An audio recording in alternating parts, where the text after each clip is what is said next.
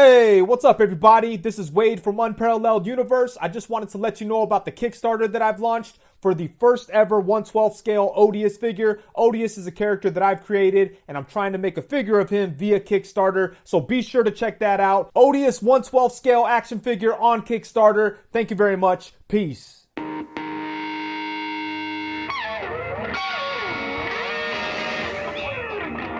Okay, people, welcome back to another Fwoosh Weekly. As always, I'm Robo, and today, my friends, we're gonna be mostly talking about updates to things we already knew about. Don't get me wrong, there are some new nuggets here and there, which is the main draw for someone like me with an ever-dwindling attention span, but it's also cool to get a closer look at some past quick announcements, or prototype appearances, or, hey, we're gonna do this at some point in the future, let's take a better look at it now. Or, as always, we're gonna swing back around to something you've probably known about all week because I missed it on the last weekly. That's just how it goes, but that's what the next weekly is for.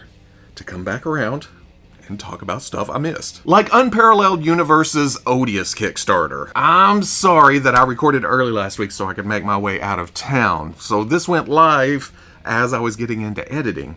And when I get into editing, this is what I'm doing, and there's nothing else going on in the world. Apparently that means me and Wade have beef, which is the first I'm hearing about it, but you know how the internet is. Let's manufacture some drama, and then it becomes truth.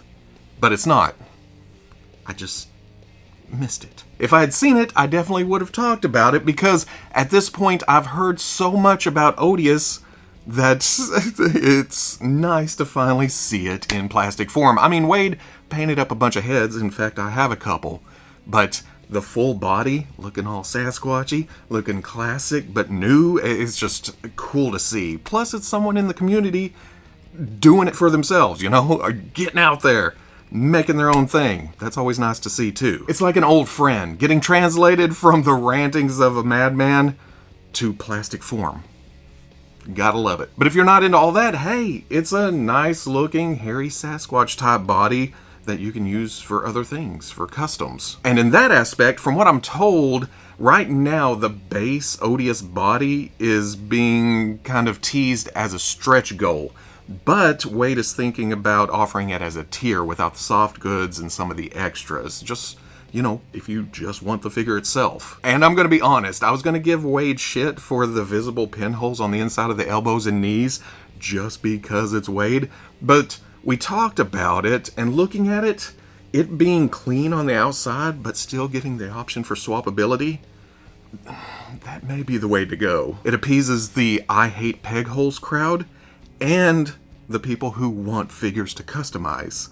In fact, looking across lines, that eliminates the Spider-Man problem. That's what I call the peg holes. You know, when it's red on the outside, blue on the inside, but they use red pegs and you can see that. Here, it'd be clean on the outside, then use blue pegs, and it would match on the inside. Plus, I could still pop it apart. Maybe. How would you get a peg out? We're gonna have to live stream sometime. I have questions. I mean, what? Me and Wade, we're on the outs. We don't talk to each other anymore. Enemies. Mortal enemies. If you're interested in this, the Kickstarter is linked down below. Something else that y'all were quick to point out that I missed last week is the Bandai S.H. Figuarts Jamiroquai. And I'm glad y'all did because I got to learn some things. One, Jamiroquai is not one dude called Jamiroquai. This is J.K., the lead singer for the band Jamiroquai. I never knew that, and I lived through the 90s. I wasn't always conscious or aware of my surroundings, but I was alive during the 90s. Two, going back to the video that this is based on, it's not near as impressive as it was back in the 90s, because I remember back then, it was the talk of the day. Wow, the moving and this, and they coming around, and just, well, how'd he do that? Is it moving walls? Is it moving floors? Who knows? But three, the most important thing I learned while researching this figure, I do not give a shit about Jamiroquai. Don't get me wrong, I'm not taking anything away from the fans or the people who want this figure. I just look at it and think, dude in suit and a big fuzzy hat, which can be cool, but these days, with the tight wallets and the diminishing shelf space, I've got to be more picky. I can't just pick up random guys that I didn't care much about before just to put it in random places in the collection. Now, if he had a hamburger head or something, ooh, I'd be all over it, but it's Jamiroquai. Just not my thing. But if it's yours, here's an action figure just for you. Something I did catch last week, but now have more pictures for, is the Bandai S.H. Figuarts Marvel Spider-Man No Way Home Final Swing or New Red and Blue Suit Spider-Man. And yup, it is exactly what we were initially led to believe. Just a good-looking Spider-Man in some bright reds and metallic blues that is going to look phenomenal on your MCU shelf. But it wouldn't look too shabby on a comic shelf either. That's because they just packed this movie costume with all kinds of classic comic goodness. It's... I don't know. What am I trying to say here? This may be my favorite version of Spider-Man in the movies. Now, if that can only transition to the next appearance of Tom Holland's Spider-Man. Or is this just a one-off? Sell us the figure, come back with something better and new and... It never ends. Just wait, we'll get to that in a minute. There's webs, there's hands, but the figure is definitely the star of the show here, which isn't bad for $55 when it comes to S.H. Figuarts. Is that too high a price to pay to get it and then hit it with some matte spray, see if I can knock down some of that metallic paint? Make it fit even better into the comic display? Now my eyes do still get drawn to the crotchal region because of the layers that the Figuarts setup that I like less and less as time goes on. But the rest just outweighs the negatives, I think. It is a SoulWeb exclusive, so you'll have to go through those third-party vendors. But something that didn't take much convincing is the new Bandai S.H. Figuarts Obi-Wan Kenobi show Darth Vader. Okay, yes, I know. It's another Darth Vader in a long, long line of Darth Vaders over the years. But it continues that grand tradition of one-upping the last version, where you go, well, I really like the last one, it's up in the main display, but this one is just slightly better. That and it's something anything Star Wars. We were on a good run there for a bit, but then it's been quiet. So, Star Wars. My main display Darth Vader is the S.H. Figuarts Return of the Jedi Darth Vader at the moment, but that's not taking anything away from the last few Hasbro Black Series versions. And then there's that Medicom MAFEX Rogue One Vader that's also pretty sweet. But this seems to take all the best parts from those and smashes it up into a big ol' Sith sandwich. First off, soft goods robes. Like I said, Return of the Jedi Vader is my current top of the mountain, but he does have a little traffic coneness with plastic lower robes. This frees up the legs and matches the cape. Yeah, the stitching is a little prominent and then the cloth is slightly flat, but it's gonna allow for some while looking good in a neutral stance. But another thing about that Jedi Vader, now that some years have passed, the shiny armor tends to obscure the details. You put it in some light, and it's a lot of reflection. You can't see the sculpt itself. Well, you can see it, you know what I mean, but it kind of fades away. Here they went with more of a satin finish, and all those lines and edges, they just pop. It's not so overbearing. Overwhelming, I guess. Then the cherry on top is the alternate head and chest box with some battle damage to it. You get to see Anakin through the mask. I hate to say it, but this may just be the best Vader. Again, if it comes out like this. Please come out like this. No pre-orders just yet. This is the announcement. We're a few weeks out from the actual solicitation. Getting back to the theme of this episode, things we already knew about but are now going up for pre-order, Mezco posted up their 1/12 collective Mighty Morphin Power Rangers Green Ranger this week. But the original reveal was in February of 2021. I had to go back through quite a few folders because even though I don't know Power Rangers and I don't follow them, I knew that we had seen this before. It also helped that I talked about missing the Green Ranger last November when Mezco solicited the whole Mighty Morphin Power Rangers team. Let's flash back to what I said back then. Now, will the Green Ranger be an exclusive of some kind? I'm thinking yes, but as we've already proven, my predictions aren't that great. Turns out I was right because this is a Mezco exclusive, or was. It sold out. So your only option is to join the wait list. The thing that catches my eye here, though, is the ship date. The page says, this item ships after SDCC 2023. Please allow 6 to 8 weeks for delivery. So this may have been revealed 2.5 or almost 2.5 years ago, and then put up for pre-order after the rest of the Rangers, but it'll be the first Ranger y'all receive. The rest of the team is scheduled for the fall. And now that I think about it, I'm not sure if they announced that it will also be at San Diego Comic-Con, with that release date being so close to that. Directly after makes me think they're all hitting. I don't know. McFarlane Toys is all over the place this week with their DC Multiverse line. I mean, it's all DC.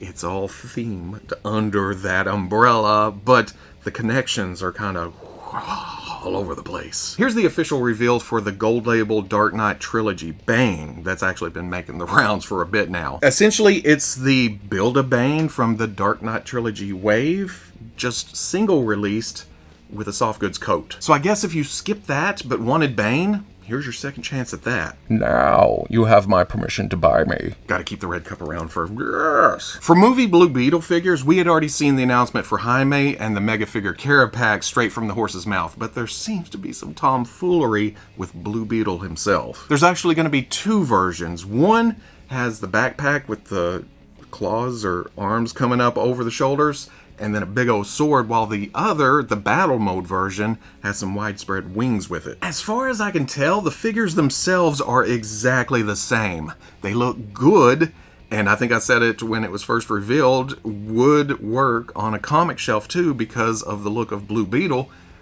but man, it could have packed all those accessories into one. Charge a couple extra dollars or something. I really like the subtle eye effect though. The yellow paint leaving a white eyeball, it humanizes an armor-looking character. But as a DC cherry picker, I'm more interested in Carapax. Not that I'm a big Carapax fan, but ooh, that's some customizing fodder going on right there. Big armored red. I'm always down for some more robot or mech top parts. But then there is the Superman vs. Superman of Earth 3 with Atomica pack. This should have been a home run. In fact, every time there's a Superman released, I always say, it should have had a smiling face. Where's my happy-go-lucky Superman? My joy-filled beacon of hope Superman? And while he's smiling, what happened here? It's just a big, wide, goofy, grinning...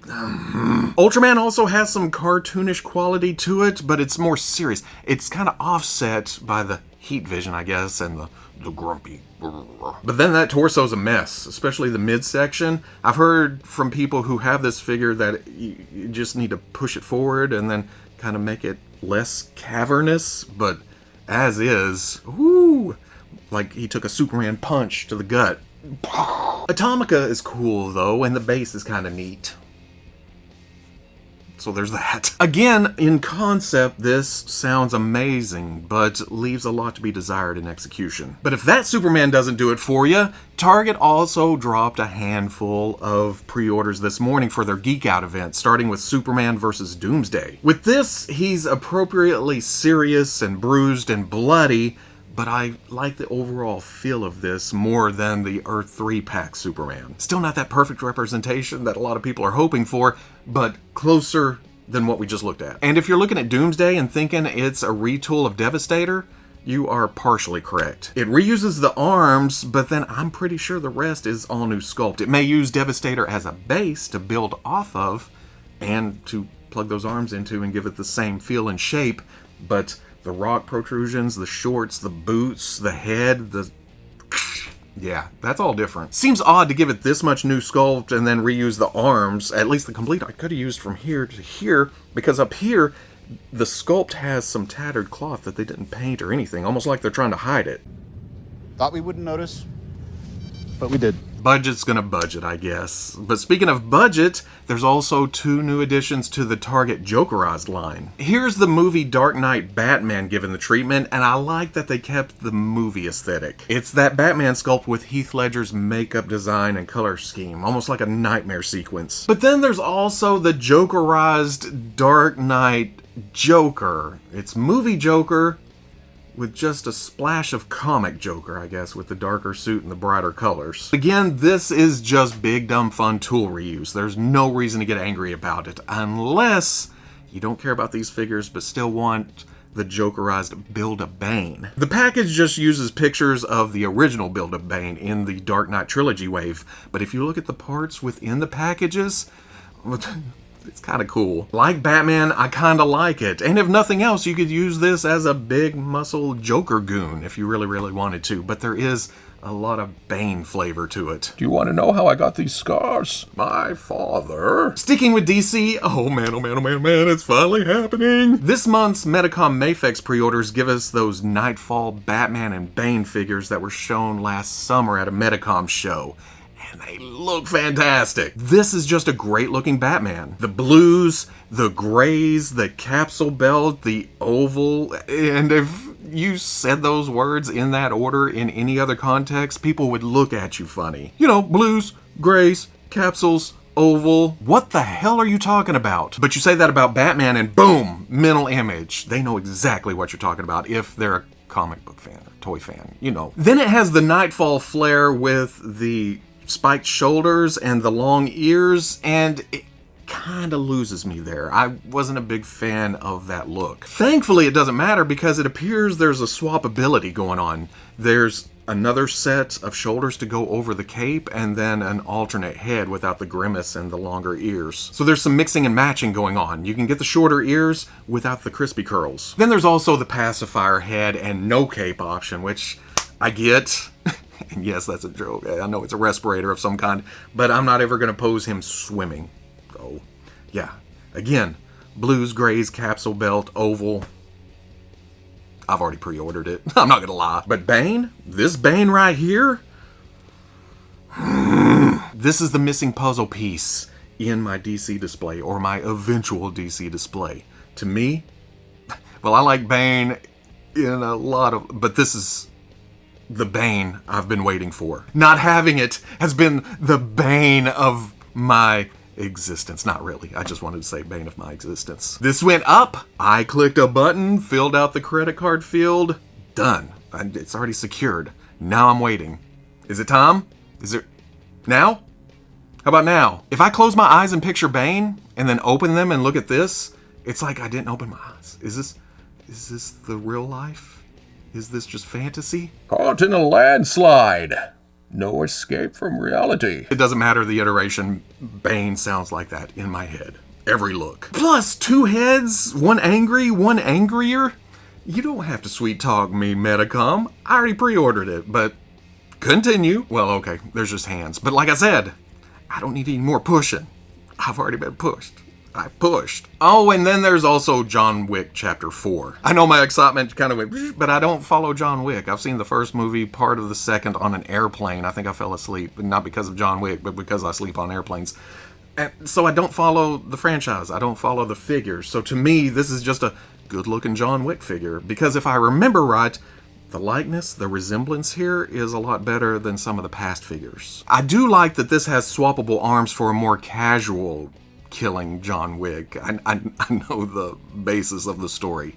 He's gonna do some killing. It is weird that this and Bane are the same price. You would think John Wick, Bane, and then Batman's a little cheaper, but then you add the accessories into John Wick and I think it balances out. Getting a little cocky though, Medicom. Yeah, I realize that you just pushed out more than a handful of releases that were late already, but that doesn't mean you can go doing 3 pre-orders a month. That's just crazy. But then again, if the output continues, if they can get closer to release dates, then I guess that's just more figures for more people. If you don't like DC, you got your John Wick, and if you don't that, and these coming around. But I'm still waiting for that classic comic Captain America that you showed last summer too. So I guess with 3, get quicker to that, and then some more X-Men. Can't help myself. There I was, thinking that, ooh, I flew through the recording of the weekly. I'm already in edits. It's going to be an early day. I can go eat dinner, sit down, do something, work on the studio. I don't know. But then Veebs hit me up and said, hey, I got some new pictures of the Jada Toys Mega Man Wave 1. Do you want to talk about them during the weekly? What? And I said, sure. I guess. No, that's just the way it goes sometimes. Companies make announcements on Fridays, even though I have explicitly expressed not to do that because I have a schedule and I like to keep it. Now, I've made it clear over the past year that I'm not a big Mega Man person. I didn't play it a lot as a kid. I kind of remember it, and it was on a cartoon too.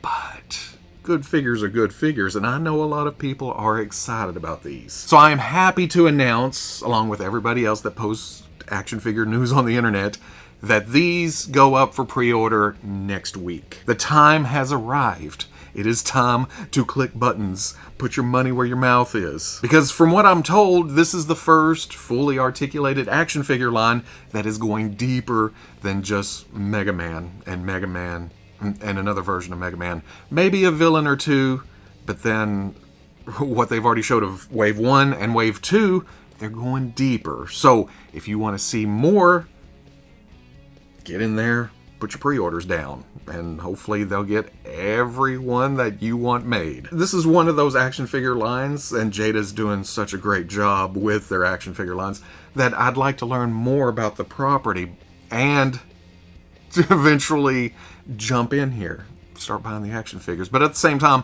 I know I can head up to Veeb's house because he's going to have multiples of each. He's going to have one for each room of every character, just all over the place. Mega Man, Mega Man, Mega Man. Oh, but it wasn't just Jada Toys. Hasbro had to go and mess with my Friday schedule too. Secret Invasion started this week, so they revealed their Marvel Legends Nick Fury and Talos. The Nick Fury I have on my shelf right now is the Captain Marvel version. Suit, no scar. Kind of plain looking. It's Nick Fury, obviously, but this feels more Nick Fury-ish. I haven't seen him in the eye patch in the show yet. Is that kind of spoilerish a little bit? Pictures of these in hand are already making their way out onto the internet. So we do know that the beanie comes off and that the jacket isn't as traffic coney as we think it is. I mean, you look at it and think, there ain't no way he's moving, but apparently there's some cuts and stuff. And then Talos. First impression is like, oh, dude in clothes, great, but upon closer inspection, I may need a few of these. One, it looks like an excellent civilian body. I haven't had time to make any comparisons, but it kind of looks like it's new. It's a little thicker in the pants. Okay, that's weird. Get your mind out of the gutter. Is the jacket reused, though? That looks familiar.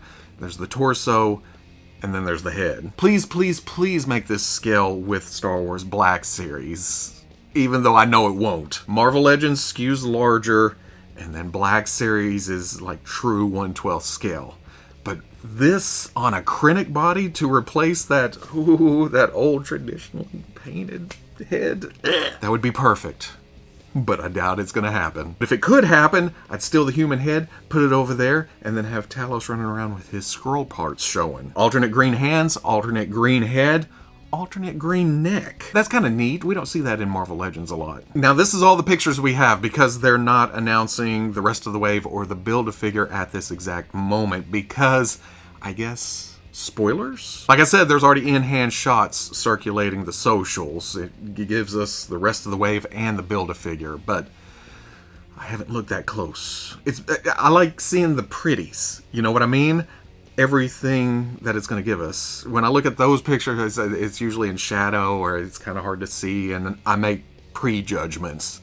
Like, that face doesn't look really good, and then we see it in good lighting and everything else, and it's, oh, okay, that is better. So there is more Marvel Legends to come. But once again, Yojo June pulls at my attention the most this week with another round of Hasbro G.I.Joe Classified Series pre-orders. And I say that with a brand spanking new Darth Vader in the mix, so you know these are exciting. We saw the digital render for Grunt a few weeks back, but it's still a good get because I can see where people are coming from, that he looks a little plain. But with a code name like Grunt, that's just unavoidable, isn't it? It does have a slight cartooniness to the head, like with Falcon, but I think this is going to be a case of seeing what it looks like in hand. There is the helmet to slightly hide that, and if that doesn't work, there's always the full-on steel core look. Although you can still tell it's Grunt because he has his name plastered across the front, so it doesn't get mixed up with other people's laundry. Despite all that, I still dig the figure, and I love the little flip-down data pad on the chest, like that, was it Toy Biz Beast?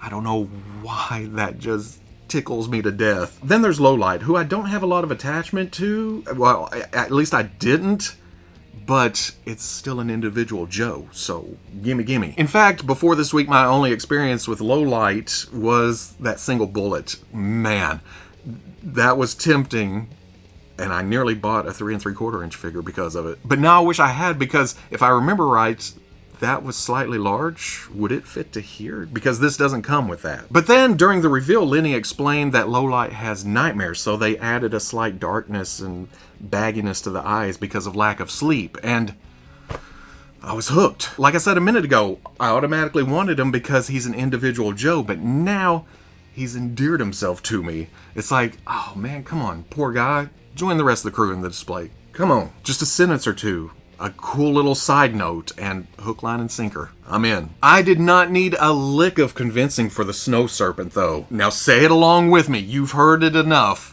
Robo wasn't a big G.I. Joe kid. He watched the cartoon, but only had a handful of figures. But among that very limited group of Joes and Cobras was Snow Serpent, and for some reason, he was my favorite. We all had that oddball figure that we would stuff in our pocket and take to family events or outings or whatever, and for me, it was Snow Serpent, at least when it came to G.I. Joe. I can't tell you why. It's just a dude in some snow gear, some fur, some blue straps, scary black mask, but it just sang to me. This gives me the biggest nostalgia tug out of any of the figures we've gotten in Classified. This has been in my top 5 since the beginning. I will say, with this being so near and dear to me, I wish the straps were slightly more blue, and then the coppery, bronzy rims to the goggles do throw me off a bit, but those are just minor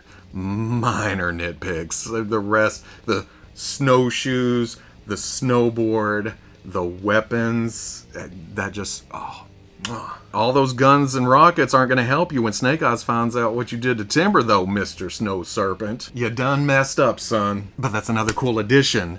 Just the headdress, the cape thing. Man, this can't come out fast enough. Not for me. I am so very happy. But now, Hasbro, about that Night Creeper. I know there was a basic one.